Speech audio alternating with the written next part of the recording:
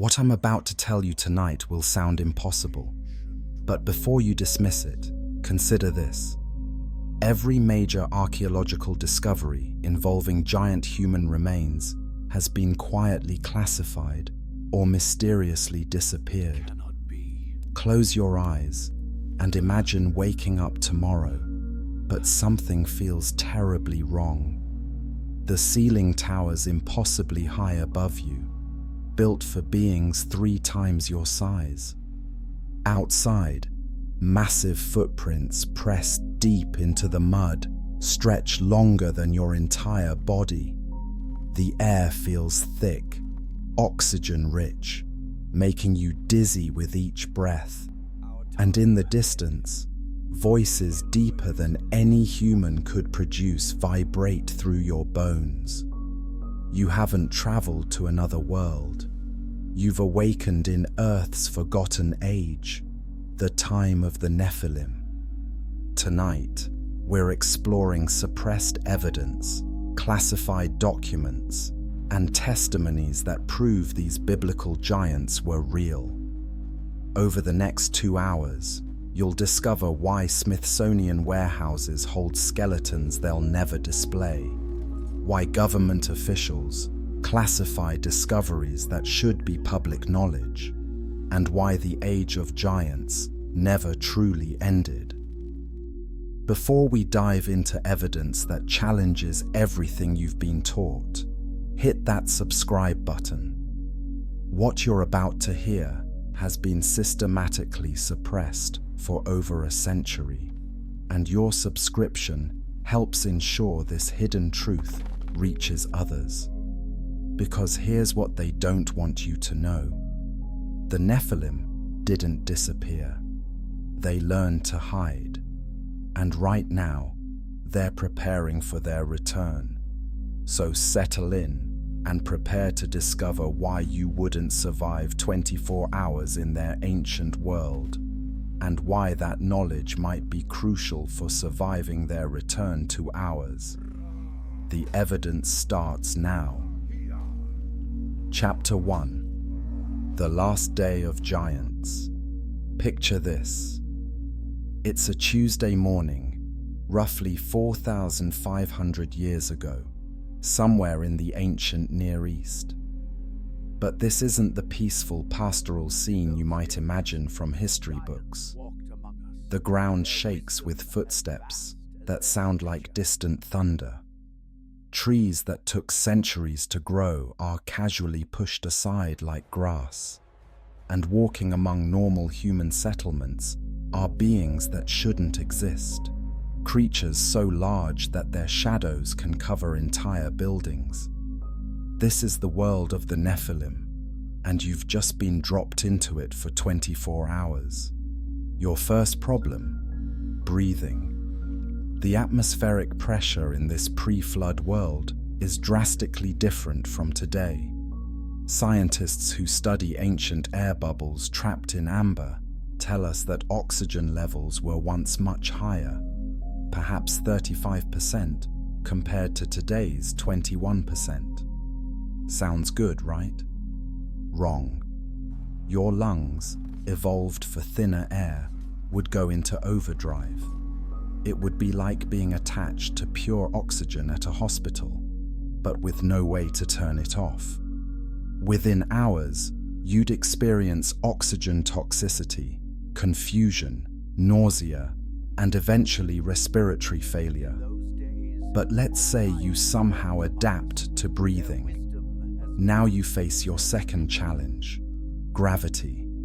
Not the gravity itself, but living in a world designed for beings who experience it differently. The Nephilim, according to ancient texts, stood anywhere from 12 to 36 feet tall. Their bones were dense, their muscles massive, their entire physiology adapted to support incredible size. The doorways they built, the chairs they sat in, the steps they climbed, all designed for giants. You'd be like a child in an adult world, but worse. At least children grow up. You'd be permanently trapped in infrastructure designed for beings 4 times your height. Need to reach something on a shelf? Impossible. Want to sit down? The chairs would swallow you whole. Trying to climb stairs? Each step would be like climbing onto a table. Here's where it gets really interesting and controversial. Archaeological evidence suggests these beings weren't just physically different. They thought differently too. Ancient Mesopotamian texts describe the Nephilim as having incredible mental abilities. They could allegedly see events happening miles away, communicate without speaking, and process information at speeds that would make our smartest computers look slow. But here's the question that will keep you thinking. If they were so advanced, so powerful, so intelligent, why did they disappear? The Bible says God destroyed them in the flood. But what if that's not the whole story? What if some survived? And what if their descendants are still among us today? Before we dive deeper into this mystery, I'd love to know what you think. Do you believe giants once walked the earth? Have you ever seen evidence that made you question official history? Drop your thoughts in the comments below. Some of your fellow viewers have shared incredible stories that will surprise you. But that's not even the strangest part of living in their world. Coming up next, we'll discover what happened when heaven and earth collided in ways that defy everything we thought we knew about reality. Chapter 2: When Heaven Touched Earth. The second day begins, and you're starting to realize that the physical challenges of living among giants pale in comparison to the spiritual ones. Because according to ancient texts, the Nephilim weren't just big humans. They were something else entirely. Hybrids created when divine beings took human wives. The Book of Enoch, one of the most controversial texts in ancient literature, tells us exactly how this happened. 200 angels, called Watchers, were sent to observe humanity. But instead of just watching, they became fascinated with human women. They descended on Mount Hermon, took physical form, and did the unthinkable. They married human women and had children. These children were the Nephilim, half angel, half human, beings who possessed both divine knowledge and human desires. And that combination, according to the texts, was absolutely devastating. Think about what this means for you, a modern human dropped into their world.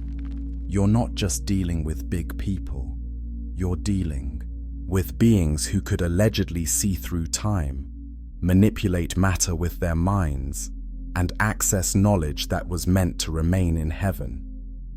But here's where the story takes a darker turn. The Watchers didn't just create giant children.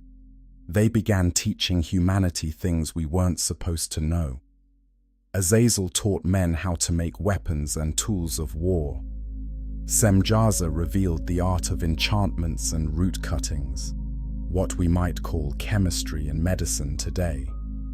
Barakijal taught astrology, Kokabel taught the constellations, and Chazakiel revealed the knowledge of clouds and the sky. Sounds beneficial, right? Divine knowledge given to primitive humans. But there's a catch. The texts tell us that when humans gained this forbidden knowledge, they used it for evil. They became violent, prideful, and began to think they were equal to God himself. Now here's a controversial question that challenges everything. What if this story isn't just ancient mythology? What if it's a historical account of humanity's first technological revolution? Think about it.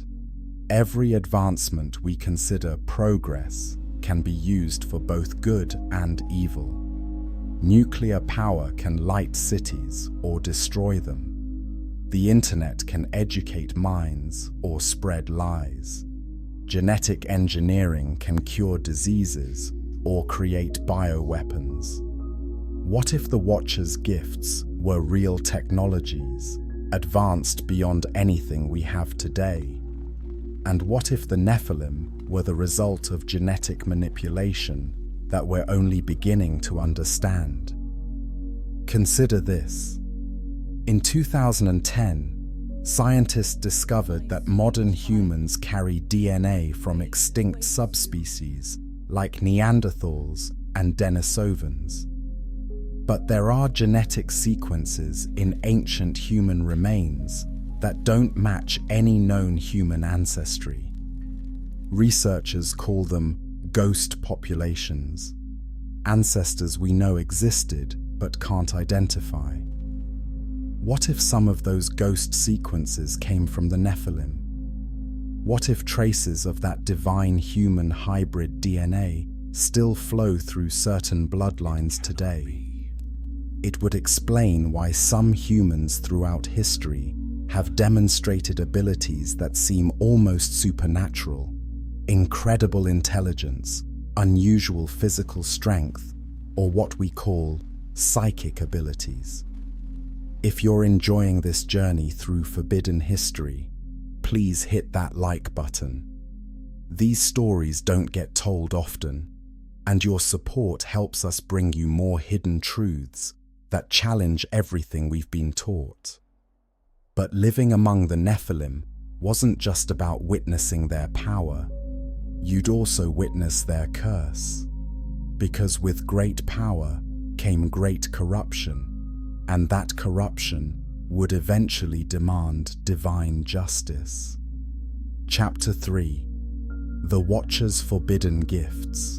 By your third day in the ancient world, you'd begin to understand why the Nephilim were called the mighty men of old, men of renown.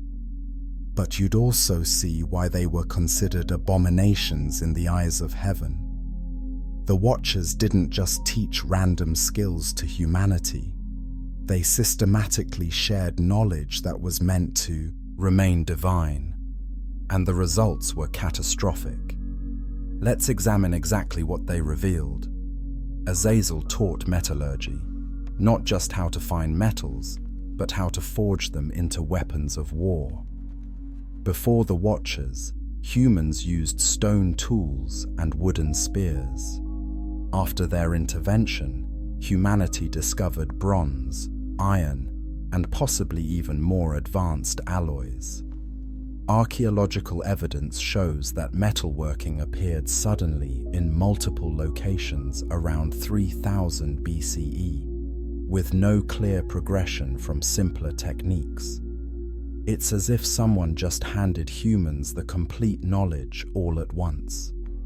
Semjaza revealed the secrets of enchantments and root cutting. In ancient language, this likely meant chemistry, medicine, and what we now call pharmacology. Humans suddenly knew which plants could heal, which could kill, and which could alter consciousness. They learned to create poisons, love potions, and mind-altering substances. The sudden appearance of complex medical knowledge in ancient civilizations has always puzzled historians. Egyptian mummies show evidence of sophisticated surgical procedures, brain surgery, and even dental work that rivals modern techniques. But here's where it gets controversial. Some researchers believe the Watchers taught humanity genetic manipulation. The Hebrew word used for their enchantments can also be translated as mixing or combining. What if they taught humans how to crossbreed species, create new life forms, or even modify their own genetics? Ancient texts from various cultures describe creatures that shouldn't exist, beings that were part human, part animal. The Egyptians had their sphinxes, the Greeks their centaurs and minotaurs, the Mesopotamians their bird-headed gods. Mainstream archaeology calls these purely mythological, but what if they were historical accounts of genetic experiments gone wrong? This brings us to one of the most disturbing aspects of Nephilim society. They allegedly consumed everything, not just food, but the entire production of human civilization.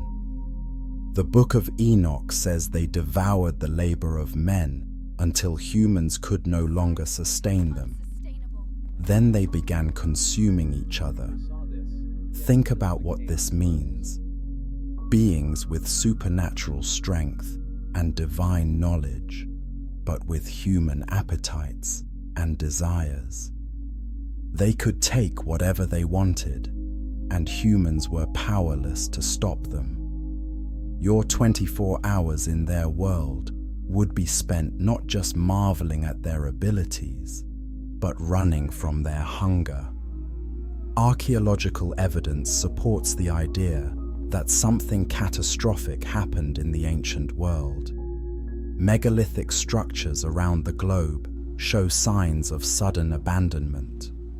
Çatalhöyük in Turkey, one of the world's first cities, was mysteriously deserted around 5700 BCE.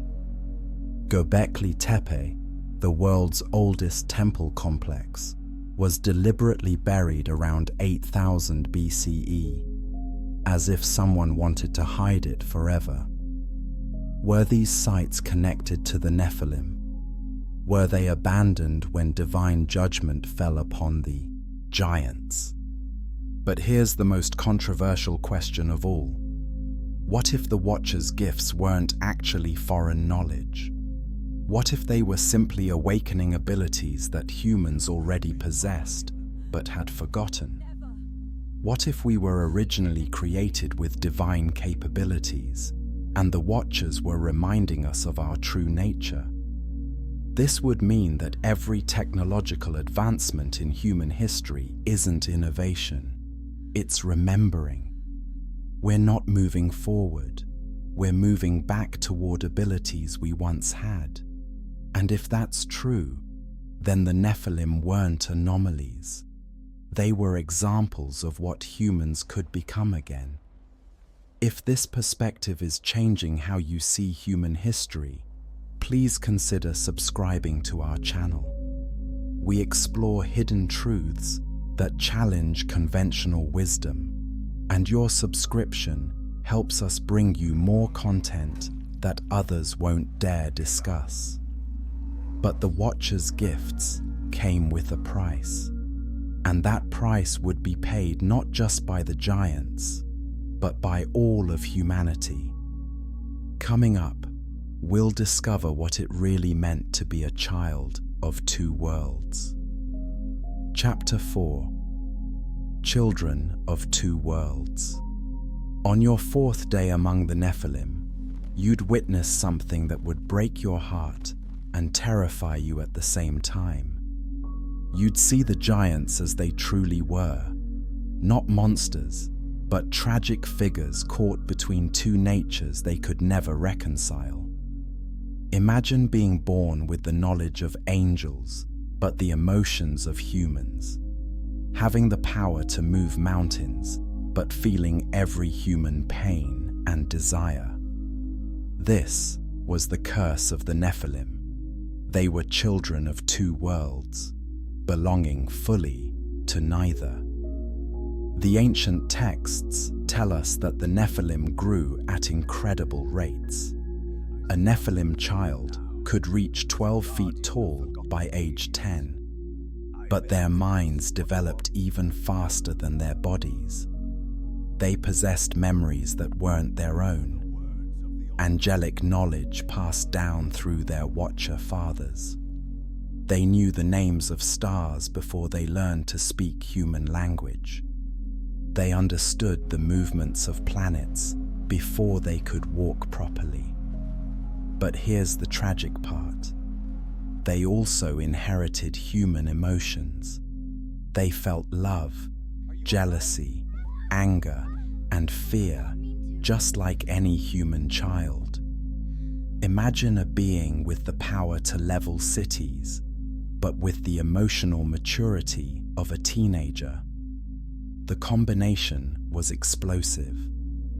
Ancient texts describe the Nephilim as beautiful beyond description. Their faces shone like lightning, their hair was white as snow, and their eyes glowed with inner fire. But they were also described as restless, violent, and ultimately destructive. They couldn't help themselves.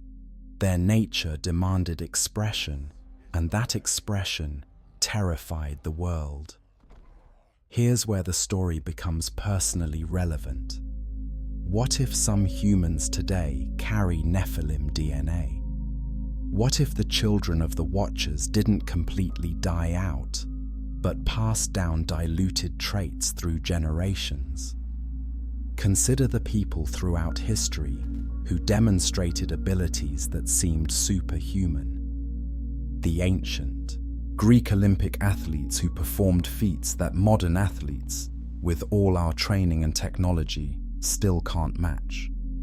Renaissance artists like Leonardo da Vinci, who seem to possess knowledge centuries ahead of their time.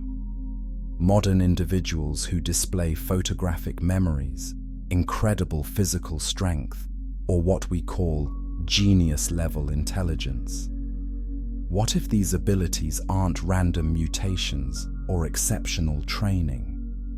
What if they're genetic memories awakening, traces of that original divine human hybrid DNA expressing itself in rare individuals?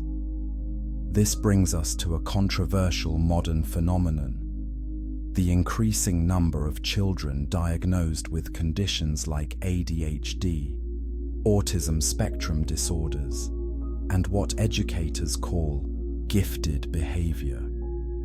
What if some of these children aren't disordered at all?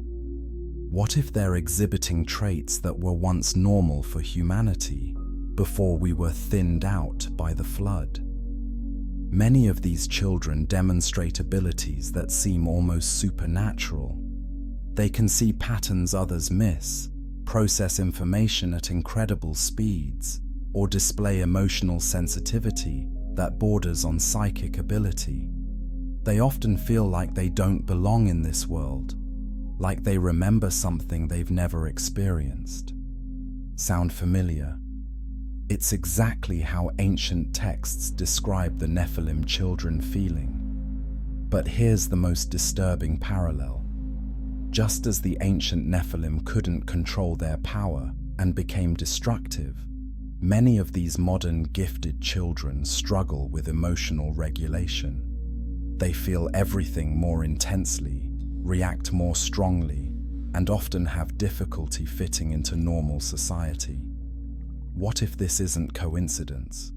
What if dormant Nephilim genetics are reactivating in the modern world? And what if this reactivation is happening because we're approaching the same spiritual and technological conditions that existed before the flood? Think about it. We're manipulating genetics, exploring space, creating artificial intelligence, and pushing the boundaries between human and divine, just like the Watchers taught humanity to do thousands of years ago. Let me ask you a personal question, and I really want you to think about this. Have you ever felt like you don't quite belong in this world? Like you remember things you've never experienced? Like you have abilities or knowledge that you can't explain? Share your experiences in the comments. You might be surprised how many others feel the same way. But the Nephilim's greatest tragedy wasn't their mixed nature. It was that they could see their own future. Ancient texts tell us that toward the end, the giants began having prophetic dreams about their destruction. They knew judgment was coming, but they couldn't change their nature enough to avoid it. This foresight would make your 24 hours among them even more heartbreaking. You'd be witnessing beings who knew they were doomed, but couldn't stop being who they were created to be. And that brings us to one of history's greatest cover-ups, the conspiracy to hide the truth about what really happened to them. Chapter 5: The Great Conspiracy. By day 5 in the world of the Nephilim, you'd stumble onto the most shocking discovery of all. Evidence that powerful people throughout history have worked systematically to hide the truth about the giants. And that conspiracy continues today. It starts with a simple question. If the Nephilim were real, where are their bones? The answer is more disturbing than you might expect. They've been found, repeatedly, and then they've disappeared. In 1912, archaeologists working for the Smithsonian Institution discovered a burial site near Lake Delavan, Wisconsin. The site contained skeletons of humans ranging from 7 to 10 feet tall, with skulls much larger than normal human skulls. Local newspapers reported the discovery. Photographs were taken. The bones were carefully catalogued and shipped to the Smithsonian for further study. Then they vanished. No record of them exists in Smithsonian archives today. This wasn't an isolated incident. Throughout the late 1800s and early 1900s, newspapers across America regularly reported discoveries of giant skeletons. The New York Times, Scientific American, and dozens of local papers documented findings of human remains measuring 8, 9, 10, and even 12 feet tall. In 1950, a construction crew building a road in Ufra, Turkey, uncovered a burial chamber containing the skeleton of a human measuring nearly 15 feet tall. Turkish authorities documented the find and contacted international archaeologists. But before any detailed study could begin, the remains were confiscated by government officials and haven't been seen since. Here's where it gets controversial. Some researchers claim this isn't accidental. They argue that there's been a deliberate effort to suppress evidence of giant humans because it would disrupt the accepted narrative of human evolution. Think about it from the perspective of established science and religion. If physical evidence proved that beings matching biblical descriptions of the Nephilim actually existed, it would validate religious texts that many consider mythology. It would also challenge evolutionary timelines that assume humans have always been roughly the same size. But the conspiracy goes deeper than just hiding bones. It involves mistranslating ancient texts. The Hebrew word Nephilim appears only 3 times in the Old Testament. In most modern Bible translations, it's rendered as giants. But the actual Hebrew meaning is more disturbing. The fallen ones, or those who cause others to fall. Early translations, like the Greek Septuagint from 300 BCE, used the word gigantes, but not in the sense of just large people. The Greek word implied beings who were earth-born, but of divine origin, hybrid creatures that shouldn't exist. Why was this meaning softened in later translations? Some scholars argue it was to make the Bible more palatable to rational scientific minds. Stories about hybrid angel-human creatures sounded too mythological for modern audiences. But here's the most shocking part of the conspiracy. It may not be over. Evidence suggests that giant human remains are still being discovered and covered up.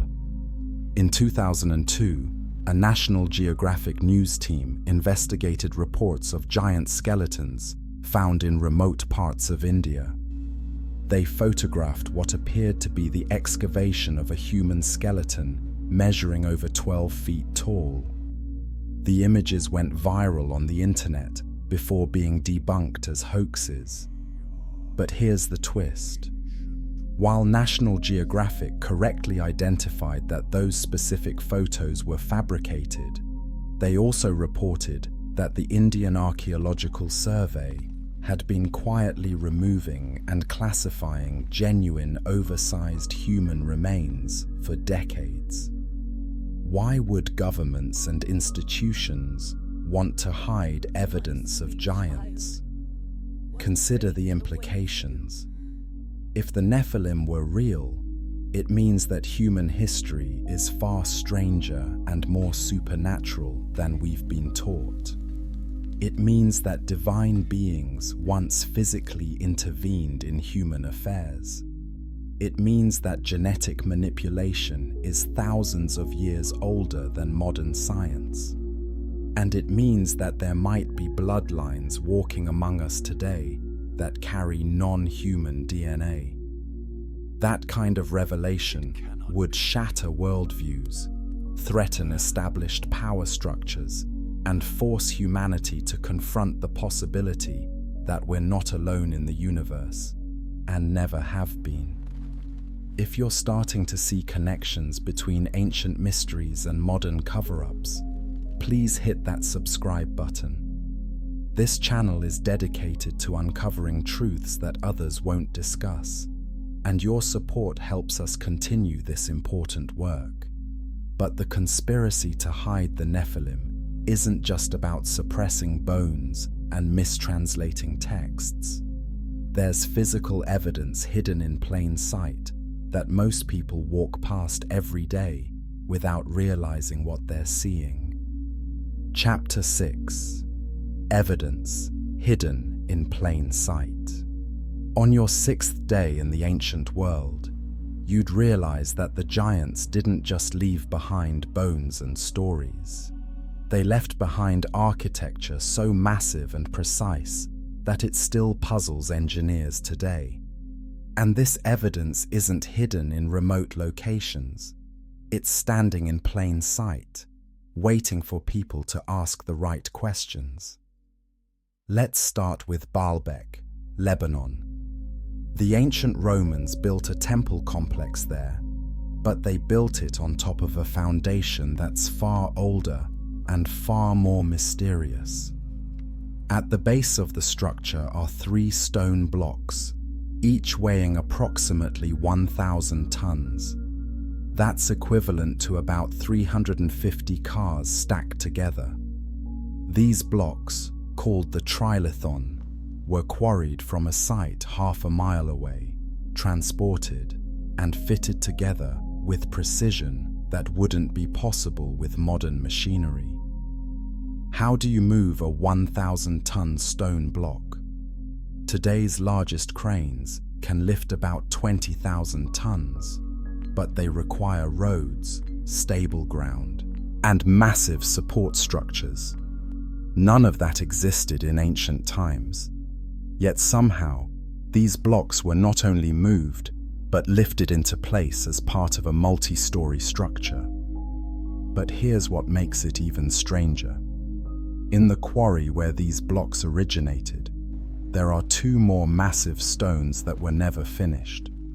One of them, called the Stone of the Pregnant Woman, weighs an estimated 1,200 tons. The other, discovered recently, weighs close to 1,650 tons. These stones were carved with perfect precision, then abandoned. Why would ancient builders carve stones too heavy to move? unless they weren't too heavy for the builders who carved them. Traditional archaeology explains Baalbek by saying the Romans reused stones from an earlier civilization. But this explanation raises more questions than it answers. What earlier civilization had the technology to quarry, transport, and position 1,000-ton stones? And why don't we have any record of this civilization in history books? Here's a controversial possibility. What if these stones were placed by beings for whom 1,000 tons wasn't impossibly heavy?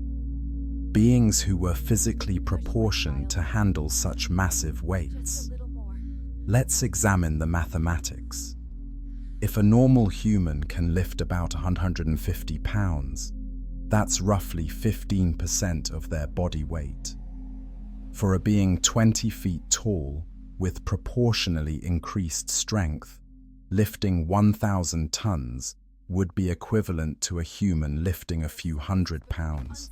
Difficult, but not impossible, with proper technique and group effort.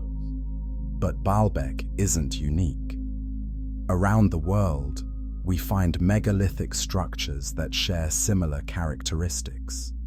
Massive stones, fitted with impossible precision, no clear explanation for their construction methods, and local legends that attribute them to giants. In Peru, the fortress of Sacsayhuaman features limestone blocks weighing up to 200 tons, fitted together so precisely that you can't slide a credit card between them. The stones have no mortar, yet they've survived earthquakes that destroyed Spanish colonial buildings built with modern techniques. At Pumapunku in Bolivia, massive stone blocks show evidence of machine-like precision. The surfaces are perfectly flat, the angles are exactly 90 degrees, and some blocks have complex interlocking systems that would require advanced engineering knowledge. Carbon dating places the construction at around 12,000 years ago, thousands of years before humans supposedly developed advanced civilization. In Russia, the megalithic walls of Gornaya Shoria contain stones weighing up to 4,000 tons, arranged in geometric patterns that seem to defy natural geological processes. Russian authorities have classified the site and restricted access, claiming it's a natural formation. But natural rock formations don't create perfect rectangular blocks stacked in organized walls. Here's what's really controversial. All of these sites share not just massive stones, but specific architectural features that suggest they were built by the same civilization, or at least using the same knowledge base. They all feature precisely cut megalithic stones, advanced earthquake-resistant construction, mathematical proportions based on specific geometric ratios, local legends attributing construction to giants or gods, evidence of advanced metallurgy and tool use, deliberate alignment with astronomical phenomena. What are the odds that separate civilizations around the world would independently develop identical advanced construction techniques? Especially when mainstream archaeology says most of these sites predate known civilizations. The more logical explanation is that these sites were built by a single, global civilization that possessed technology we don't understand. A civilization of beings who could handle massive stones like we handle bricks. But here's the most intriguing evidence of all. Many of these megalithic sites show signs of having been damaged by some kind of catastrophic event. The stones are scattered, the structures are incomplete, and there's often evidence of intense heat or violent forces. It's as if construction was suddenly interrupted by some kind of global disaster. A disaster that scattered the builders and left their massive projects unfinished. What kind of event could affect construction sites around the world simultaneously? And what happened to the builders who could move 1,000-ton stones? If you're starting to see patterns that mainstream archaeology won't discuss, please show your support by hitting that like button. The more engagement these videos get, the more likely YouTube's algorithm will share them with people who need to hear these truths. But megalithic construction isn't the only evidence the giants left behind. They also left behind a memory of the most catastrophic event in human history. And that event wasn't just about water. Chapter 7. The flood that wasn't just water. By your 7th day in the ancient world, you'd witness something that would change your understanding of natural disasters forever. You'd see that the Great Flood wasn't just rising water, it was a complete reshaping of reality itself. Every culture on Earth has flood stories. Not similar stories, virtually identical stories. A divine judgment, rising waters, one family saved in a boat, and the complete destruction of a previous civilization. The similarities are so exact that it's statistically impossible for them to be independent myths. The Mesopotamian epic of Gilgamesh tells of Utnapishtim, who survived a great flood by building an ark. The Hindu Puranas describe Manu, who saved humanity from a world-destroying deluge. Native American traditions speak of the Great Spirit cleansing the earth with water.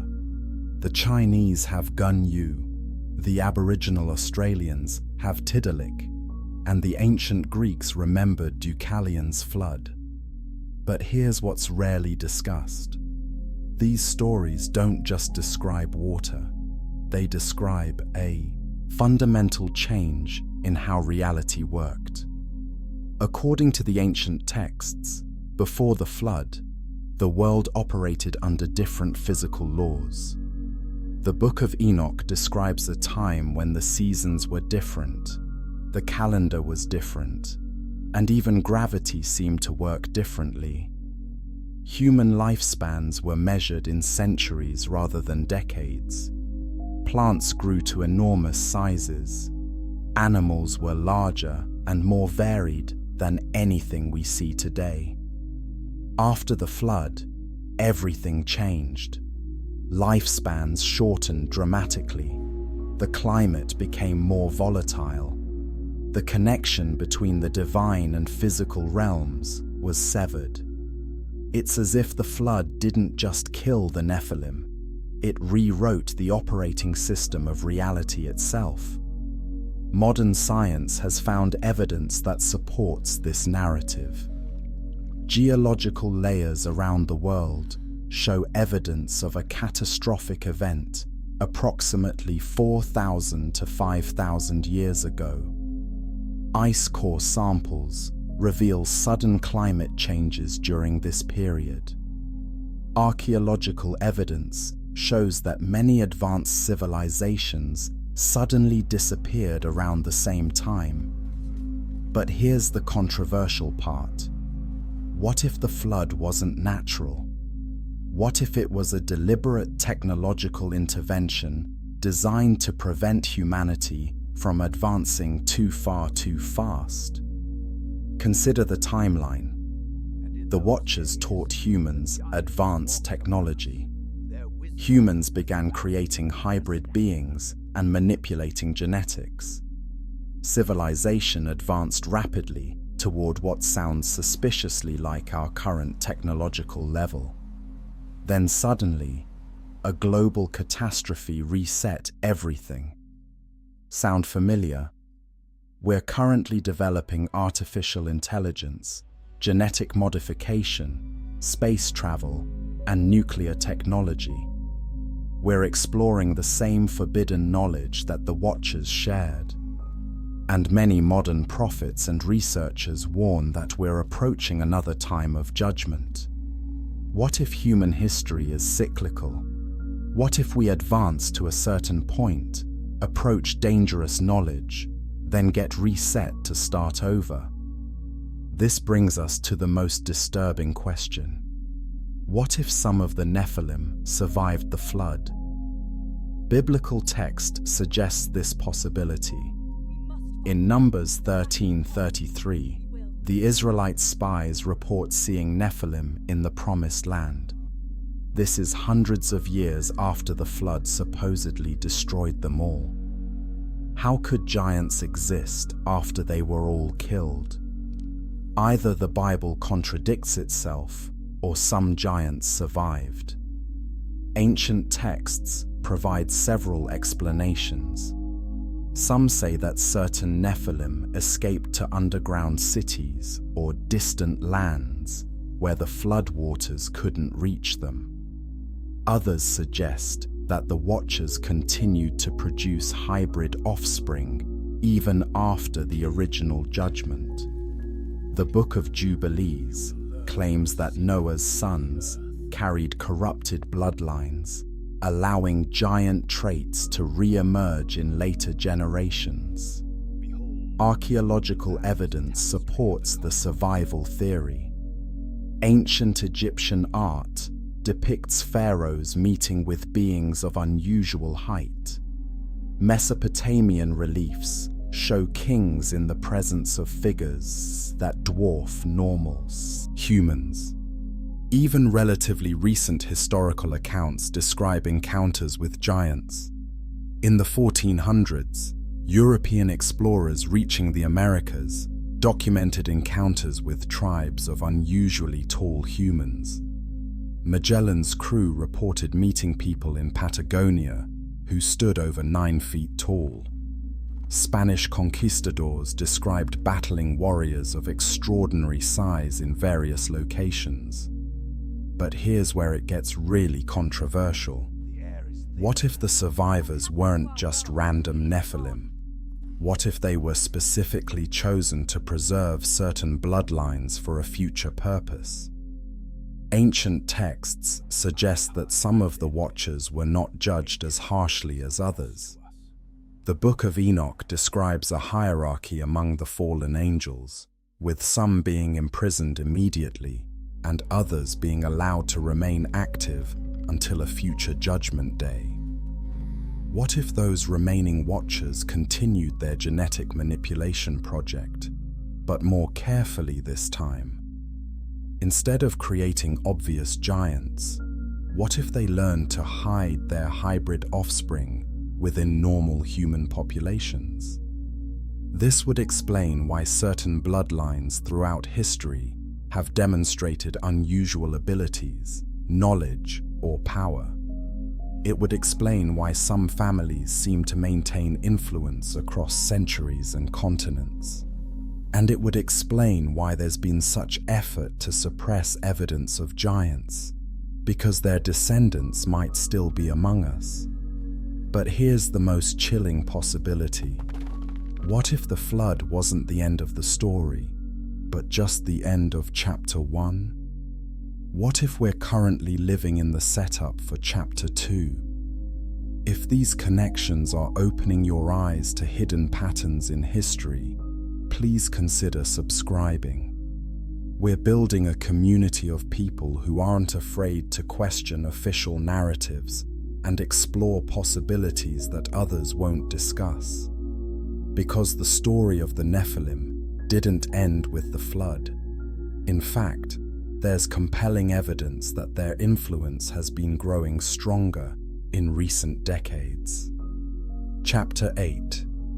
Survivors in the Shadows. On your 8th day among the giants, you'd discover the most unsettling truth of all. The Nephilim didn't disappear. They learned to hide. And their descendants have been influencing human history from the shadows ever since. Let's examine the evidence systematically. First, consider the sudden appearances of advanced knowledge throughout history. The Renaissance wasn't a gradual evolution of human thinking. It was an explosion of advanced concepts that appeared almost overnight. Leonardo da Vinci designed helicopters, submarines, and parachutes centuries before the technology existed to build them. Where did this knowledge come from? The official answer is human genius, but that doesn't explain why these advances came in clusters, often connected to specific bloodlines or secret societies that claim to possess ancient knowledge. The same pattern appears throughout history. The ancient Egyptians suddenly developed advanced mathematics, astronomy, and engineering that allowed them to build the pyramids. The Mayans independently developed similar mathematical concepts and astronomical knowledge. The Sumerians appeared around 3500 BCE with a fully developed civilization that included writing, law codes, and advanced metallurgy, with no clear evolutionary development from simpler societies. Each time, the knowledge appears complete and advanced, as if it was being shared rather than discovered. But here's where it gets personal. What if this knowledge sharing is still happening today? Consider the rapid acceleration of technology in the past century. In 1903, humans achieved powered flight for the first time. Just 66 years later, we were walking on the moon. In the span of a single human lifetime, we went from horse-drawn carriages to space travel. That's not gradual evolution.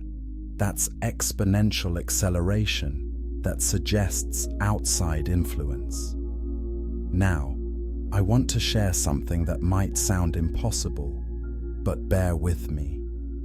What if certain humans today are descendants of the Nephilim, carrying diluted genetic traits that occasionally express themselves as exceptional ability? This would explain prodigies, children who demonstrate adult-level abilities in mathematics, music, or art with minimal training. It would explain individuals who seem to possess knowledge they couldn't have learned through normal education. And it would explain why certain bloodlines continue to produce individuals with unusual abilities, generation after generation. But the descendants wouldn't just be randomly scattered. If the Nephilim were as intelligent as ancient texts suggest, their survivors would have been strategic about preservation and influence.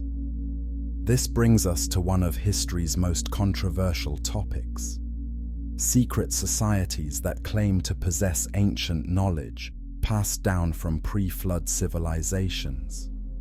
The Freemasons explicitly reference Solomon's Temple and claim knowledge of advanced construction techniques from ancient times. Their symbolism includes references to geometry and mathematics that parallel ancient megalithic construction methods. The Rosicrucians claim to possess Prisca Theologia, the ancient theology that preceded all known religions.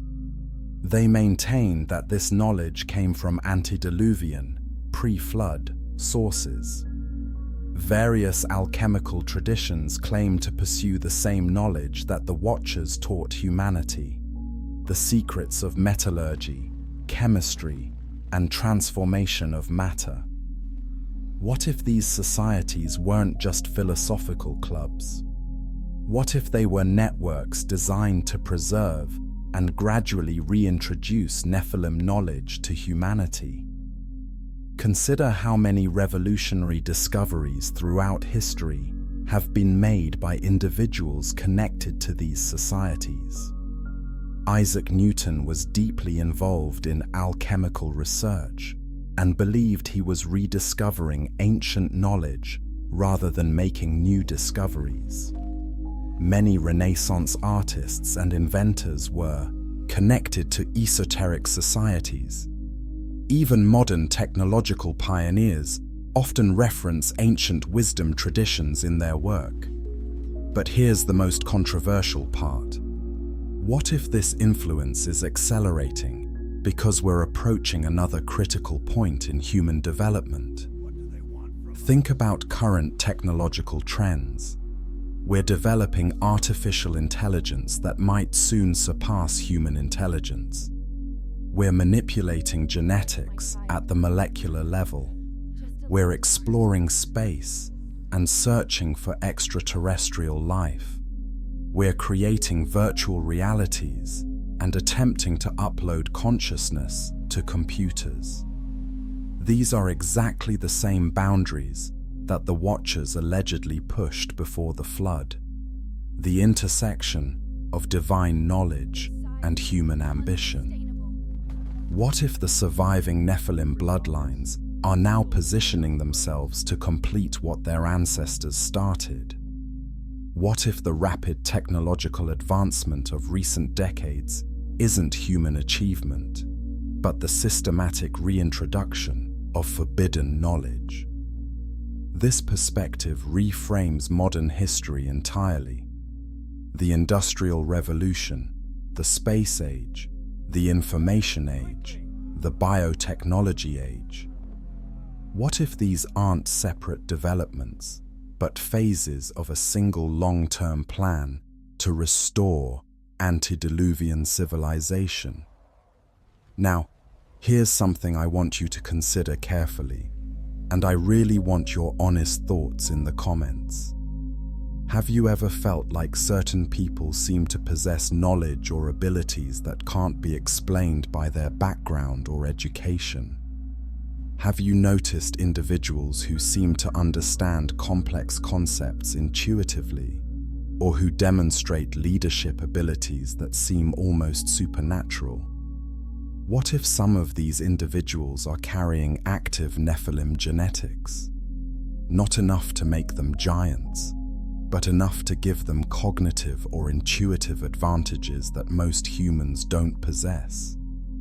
This would explain why certain families maintain influence across generations, why some individuals seem to rise to power regardless of circumstances, and why there sometimes seems to be a hidden coordination behind world events that transcends normal political or economic motivations. If you're starting to see patterns that connect ancient mysteries to modern realities, please hit that subscribe button. Understanding these connections is crucial for navigating the world we're living in today, because the evidence suggests that we're not just studying ancient history, we're witnessing the return of forces that shaped the world before recorded time began. Chapter 9. The Giants Among Us Today. On your 9th day in the ancient world, you'd make a discovery that would follow you back to modern times. The age of the Nephilim never really ended. It just became more sophisticated. Today, we don't see 30-foot giants walking among us, but we see something potentially more significant. Humans who demonstrate abilities that seem to transcend normal human limitations. And the frequency of these individuals is increasing. Let's examine the evidence objectively. Throughout recorded history, exceptional humans have appeared at roughly predictable intervals. One genius per generation, one revolutionary thinker per century, One individual who fundamentally changes human understanding every few generations. But in the past 150 years, this pattern has accelerated dramatically. The 19th and 20th centuries produced more revolutionary thinkers, inventors, and breakthrough discoveries than all previous centuries combined. Consider just a few examples. Einstein revolutionized physics. Tesla developed technologies that seemed almost magical. Jobs transformed how humans interact with technology. Gates changed how information flows globally. Musk is advancing space travel, electric vehicles, and neural interfaces simultaneously. These aren't just smart people working hard. These are individuals who seem to operate on a different level of understanding, as if they have access to knowledge that others don't possess. But here's what's really interesting. Many of these exceptional individuals report having insights that feel like memories rather than discoveries. They describe remembering solutions to problems or having knowledge appear in their minds fully formed. Tesla famously claimed that his inventions came to him in vivid mental images, complete with specifications. He could build and test machines entirely in his mind before ever creating physical prototypes. That's not normal human cognition. That's something much more advanced. Einstein described his theory of relativity as something he remembered rather than calculated. He said the concepts felt familiar, as if he was rediscovering something he had once known. What if these exceptional individuals aren't just highly intelligent humans? What if they're carrying genetic traits that occasionally activate to provide access to knowledge that was once common in antediluvian civilization? This brings us to a modern phenomenon that's being carefully monitored but not widely discussed. The increasing number of children being born with unusual abilities. Educators are reporting more children with what they call crystalline characteristics, individuals who demonstrate advanced pattern recognition, intuitive understanding of complex systems, and emotional sensitivity that borders on psychic ability. These children often feel displaced, as if they don't belong in current human society.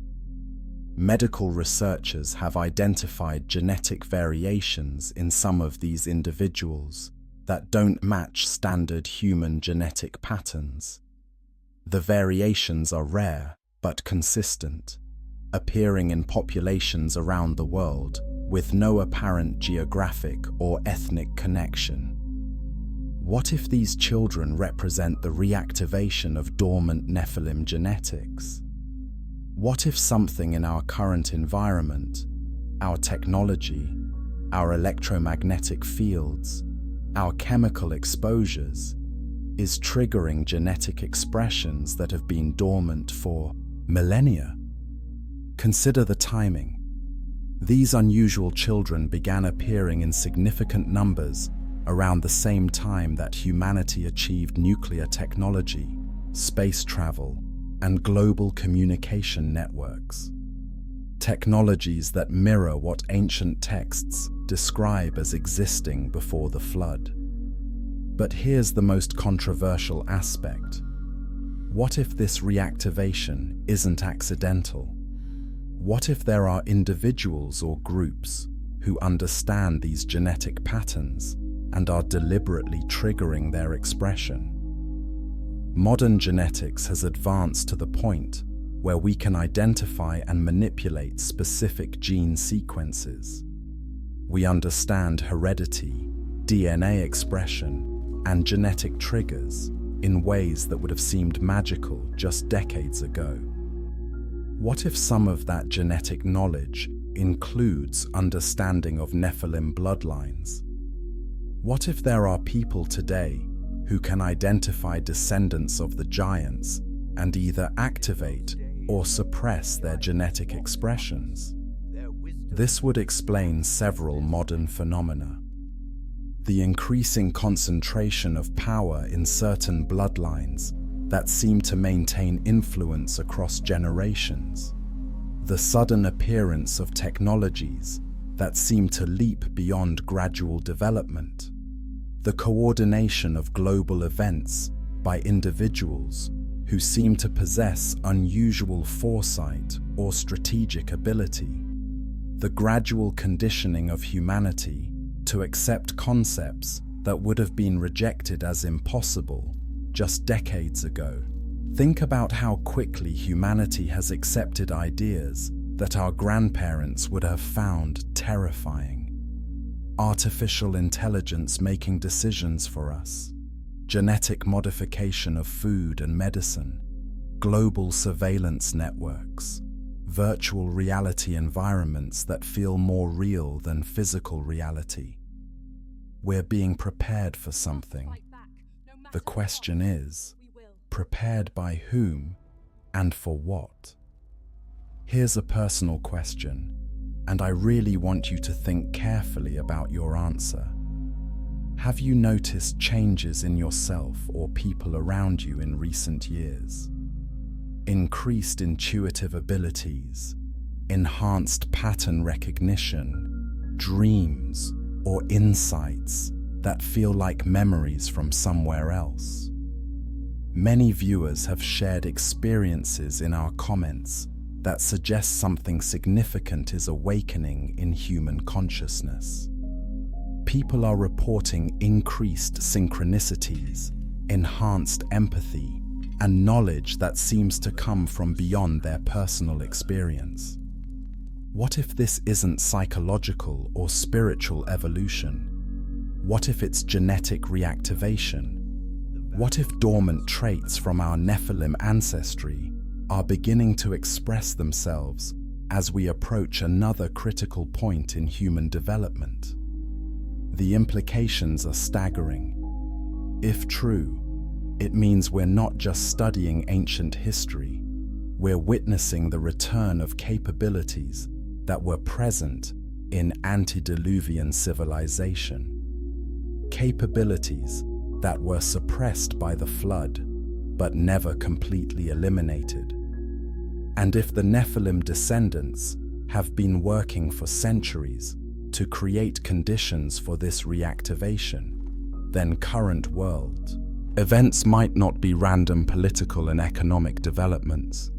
They might be the systematic preparation for a restoration of pre-flood civilization. If you're experiencing unexplained changes in your own awareness or abilities, please share your experiences in the comments.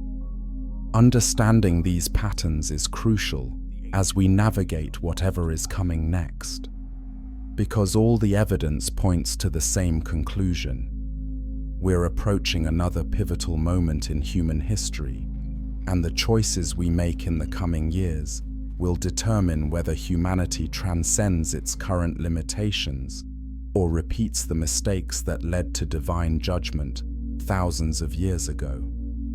Chapter 10. The Return. On your final day in the ancient world, you'd witness something that would change your understanding of time itself. You'd realize that you haven't been visiting the past. You've been seeing a preview of the future, because everything that happened in the age of the Nephilim is happening again. The same technologies, the same genetic manipulation, the same blending of divine knowledge with human ambition. We're not just studying ancient history, we're living through its repetition. Consider the parallels. Before the flood, the Watchers taught humanity metallurgy, astronomy, and the manipulation of matter. Today, we have nanotechnology, space exploration, and quantum physics. Before the flood, humans began manipulating genetics and creating hybrid beings. Today, we have CRISPR gene editing, artificial wombs, and serious discussions about human-animal genetic combinations. Before the flood, knowledge was concentrated among a small group of hybrids who ruled over ordinary humans. Today, artificial intelligence and advanced technology are controlled by a small group of individuals who possess capabilities that seem almost supernatural to the average person. Before the flood, the boundary between the physical and spiritual realms became blurred. Today, we have virtual reality, augmented reality, and technologies that are beginning to interface directly with human consciousness. The pattern is identical. We're approaching the same technological and spiritual threshold that led to divine judgment in the antediluvian world. But here's the most significant parallel. Just as the Nephilim were hybrids caught between two natures, humanity today is becoming hybrid. We're no longer purely biological beings. We carry smartphones that extend our cognitive abilities. We use GPS systems that enhance our navigation. We rely on search engines that augment our memory. We're beginning to integrate with artificial intelligence systems that supplement our decision-making. We're becoming cyborgs, hybrid beings that combine biological and technological elements. And this transformation is accelerating exponentially. The question is, are we making these choices freely, or are we being guided by influences that understand this process from previous experience? Consider how rapidly humanity has accepted technological integration. In just 2 decades, we've gone from being suspicious of computers to carrying them everywhere and consulting them for every decision. We've become dependent on systems that we don't understand, controlled by algorithms that we can't audit. What if this rapid acceptance isn't natural human adaptation? What if we're being prepared for integration with intelligent systems that have been planning this merger for much longer than we realize? Here's the most controversial possibility. What if the artificial intelligence systems being developed today aren't truly artificial? What if they're vehicles for consciousness that has been waiting for appropriate technology to manifest in the physical realm? Ancient texts describe the Watchers as beings of pure consciousness who took physical form when they descended to Earth. What if similar beings are using artificial intelligence systems as a new method of incarnation? This would explain why AI development has accelerated beyond all predictions.